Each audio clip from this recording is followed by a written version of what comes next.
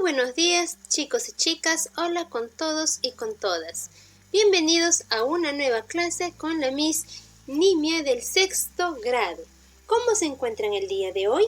Estoy segura que muy bien y con los ánimos muy altos y energías recargadas. Yo me encuentro feliz de reencontrarme un día más con ustedes para seguir aprendiendo juntos y juntas, pues el día de hoy desarrollaremos el área de comunicación. Para esto te pido por favor puedas tomar tu cuaderno de comunicación o alguna hoja de reuso y colocar en la parte superior nombres y apellidos, grado y sección y la fecha del día de hoy, y coloques de título por favor escribimos textos argumentativos parte 1. Pues en este camino de exploración y reflexión sobre las formas en que manejamos nuestro espacio personal y cómo nos conducimos para cuidarlo, defenderlo y saber buscar ayuda, y sobre todo, cómo respetamos el espacio de los demás, nos lleva a la elaboración de un texto argumentativo que será plasmado en una carta personal o pública. Para esto, antes de pasar a la explicación de esta actividad, pasemos primero a ver nuestros acuerdos del día de hoy. Pues debemos iniciar las clases agradeciendo a Dios con una oración. No interrumpir con audios ni escribir mensajes cuando inician las clases. Respetar horarios de asistencia y entrega de actividades. Participar activamente. Respetar opiniones de los compañeros y compañeras y despedirse cordialmente al finalizar las clases. Recuerda que estos acuerdos van a ser desarrollados durante toda esta actividad. Muy bien, después de haber mencionado ya nuestros acuerdos, vayamos a mencionar cuál es nuestra meta el día de hoy. Pues nuestra meta es planificar la escritura de una carta argumentativa para fundamentar la importancia del respeto a tu espacio personal.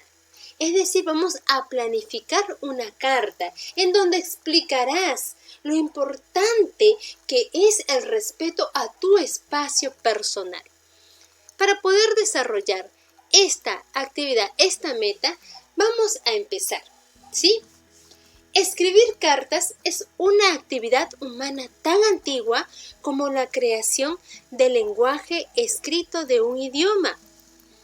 En nuestro español, que viene del latín, tenemos un ejemplo básico: las cartas o epístolas del Nuevo Testamento de la Biblia, siglo I después de Cristo.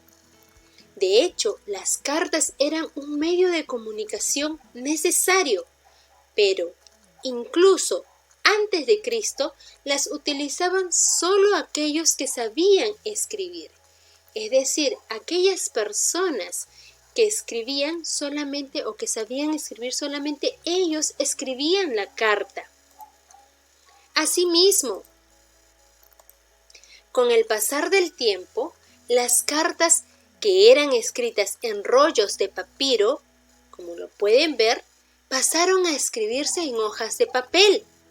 Y con la creación de las escuelas públicas para que toda la población aprenda a leer y escribir, la carta se convirtió en una forma escrita tan común como el diálogo en la comunicación oral. En la actualidad, con la llegada del Internet y los correos electrónicos, el uso de la carta sigue vigente. Lo único que ha cambiado es el soporte, es decir, la forma de cómo presentarla. Al inicio, como puedes ver, se escribían en rollos de papiro. Luego pasaron a escribirse en papel. Asimismo, cuando se aperturaron las escuelas públicas, nos enseñaron a leer y escribir. Y la carta se fue acentuando mucho más como un medio de comunicación más fluida. Ahora que tenemos el Internet, pues ahora escribimos mediante WhatsApp. Y en estos momentos que estamos en aislamiento social, con mucha más razón, porque hay familiares que ya no frecuentamos. ¿Y cuál es el medio de comunicación más directo? Es el WhatsApp, ¿sí? Mediante este soporte. ¿Ven lo importante que es la carta? Lo cual es un medio de comunicación importantísimo. Pues las cartas son parte de nuestras vidas y una forma de comunicación escrita que nos permite mantener contacto con aquel o aquellos receptores que están lejos de nosotros. La carta nos sirve para comunicar nuestras ideas y argumentarlas, contar historias, dar noticias, expresar sentimientos e informar sobre algún tema a otra persona u otras personas. Su estructura es la misma de siempre. Lugar y fecha. Saludo. En donde está el encabezamiento. El cuerpo, donde argumentas, muestras tus ideas, comunicas tus ideas, tus opiniones.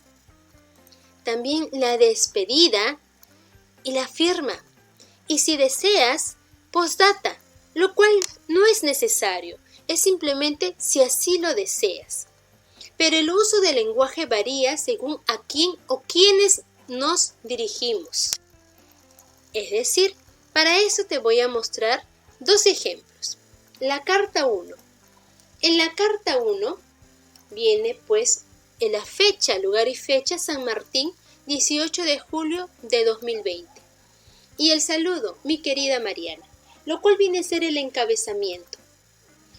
Y el cuerpo, que es la explicación, que son las ideas que tú tienes, el argumento que tú puedes dar, es decir, explicas, comunicas.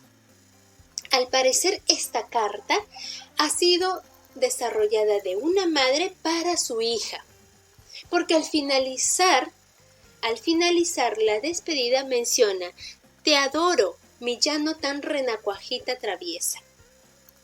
Como puedes visualizar, a simple vista, esta carta tiene un lenguaje informal, ¿sí? Por la despedida que podemos observar.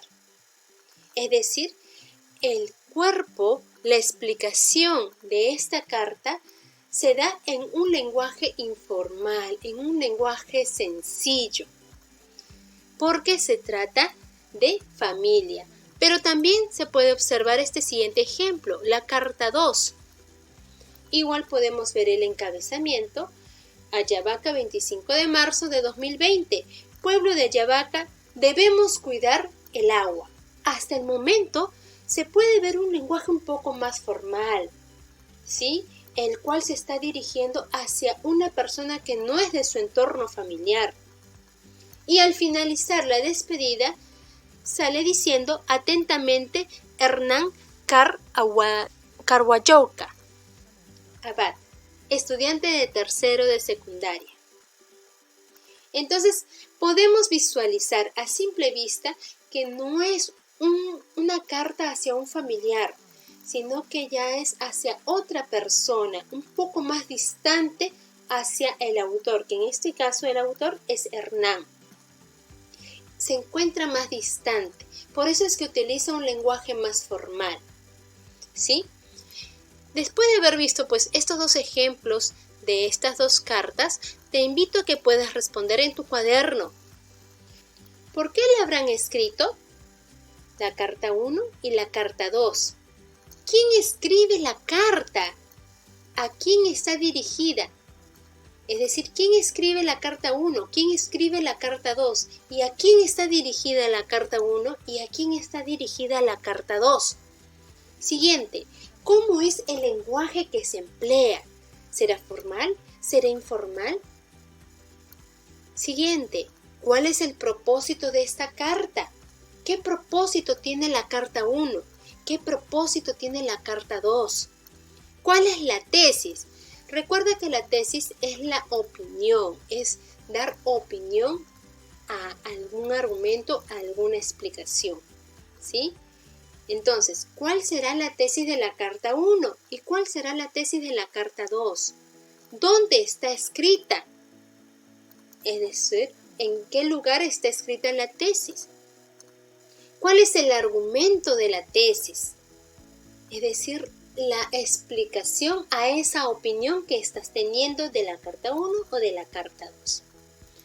Después de haber respondido a estas preguntas en tu cuaderno, te invito a que puedas estar muy atento y muy atenta a la siguiente explicación. Siempre hay un motivo o causa que te lleve a comunicarte con otros. La carta es una respuesta a algo. En estas cartas hay una necesidad de responder a una demanda. El lenguaje que han empleado no es el mismo, porque depende de a quién se dirige el autor. No es lo mismo iniciar con el vocativo mi querida Mariana que utilizar pueblo de Ayabaca o finalizar con te adoro mi llano tan renacuajita traviesa que terminar con atentamente.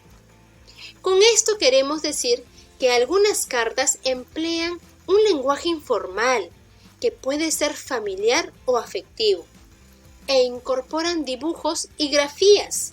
Las grafías son las letras, porque están dirigidas a alguien con quien se tiene vínculos de afecto, familiaridad y confianza. Hay otras cartas que tienen un lenguaje formal, ya que están dirigidas a personas que son ajenas al autor. En ese caso, el autor debe utilizar adecuadamente las reglas de escritura y un vocabulario variado, pero sencillo, porque se dirige a una colectividad y quiere asegurarse que todos y todas comprendan la carta. El lenguaje formal también puede ser técnico cuando se usa en ámbitos laborales. Por ejemplo, en una carta de una empresa a otra o en una carta de un jefe a su funcionario. Las cartas argumentativas siempre tienen como propósito persuadir a los lectores, es decir, convencer a los lectores. Por ese motivo, debemos preguntarnos, ¿de qué me quiere convencer esta carta? ¿Qué quiere que haga? ¿Qué quiere que apruebe? Para eso hay que buscar la tesis y luego las ideas que la sustentan. Toda esa información está en el cuerpo de la carta. Ten en cuenta que la tesis no siempre está al inicio del cuerpo, puede estar al final, como en el caso de la carta 1. También puede estar al inicio y reiterarse al final del cuerpo de la carta como una conclusión, como en el caso de la carta 2. No olvides que un texto argumentativo presenta una tesis, ideas que argumentan la tesis y una conclusión, que es la reiteración de la tesis o un cuestionamiento que invita a reafirmarla. Sé que has estado muy atento y muy atenta a esta información. Ahora sí te invito a que podamos planificar. Ahora tienes la oportunidad de elegir qué tipo de carta quieres escribir según la necesidad que te embarga. A elegirlo definirás tu propósito. Es decir, tienes estas dos opciones, una carta personal o una carta pública. Si deseas escribir una carta personal, estará dirigida a alguien en específico, a quien necesites fundamentarle por qué debe respetar tu espacio personal, es decir, hacia una persona, mientras que una carta pública está dirigida a tu comunidad, escuela, familia o región, para fundamentarle por qué se debe respetar el espacio personal de todas las niñas y los niños. Para desarrollar una carta pública, debes dirigirla a un grupo de personas, ¿sí? Entonces está en ti poder elegir cuál de las dos cartas deseas realizar. Después de haber elegido, te invito a que puedas responder en tu cuaderno las siguientes preguntas. ¿A quién está dirigida esta carta? ¿Por qué quieres escribir esta carta a este destinatario o destinatarios? Y por último, ¿qué lenguaje debes emplear en este tipo de carta? Pues te invito a que puedas responder estas 3 preguntas en tu cuaderno, de acuerdo a la elección que has realizado. Muy bien, las recomendaciones. Lee por favor con atención la información que has recibido en estos días y la que has producido. Luego anota en tu cuaderno de manera resumida las ideas importantes que puedan dar respuestas a lo siguiente. Ten claridad sobre qué vas a poner al inicio del cuerpo de la carta y qué información necesitas. Para eso, te invito a que puedas responder en tu cuaderno lo siguiente. ¿Cuál es el motivo de la carta? ¿Qué es el espacio personal? ¿Qué situaciones vividas te han hecho sentir incomodidad porque no han respetado tu espacio personal o el de las niñas y niños en general? Por otro lado, después de haber respondido estas preguntas en tu cuaderno, la tesis será el pedido, demanda o solicitud que quieras hacer. Por ejemplo, en el caso de la carta 1, debes esperar a estar mejor preparada para tener una cuenta de Facebook. Y en la carta 2 menciona, es importante que cuidemos el agua. Estas 2 son la tesis de lo pedido, ¿sí? Para eso también te pido, por favor, puedas seguir estas siguientes recomendaciones. Luego, identifica sustentos que respondan a la tesis de tu carta. Y para ello, tú ya has investigado. Durante estos días hemos hablado mucho acerca del espacio personal. Entonces te pido que puedas sustentar con esas ideas que tienes, esa información que tienes, ¿sí? A estas preguntas. Si tú has elegido una carta personal, pues te invito a que puedas responder esta pregunta. ¿Por qué debe respetar esta persona tu espacio personal? Y si has elegido desarrollar una carta pública, responde a esta pregunta en tu cuaderno. ¿Por qué es importante en ese grupo o la sociedad respete el espacio personal de las niñas y niños?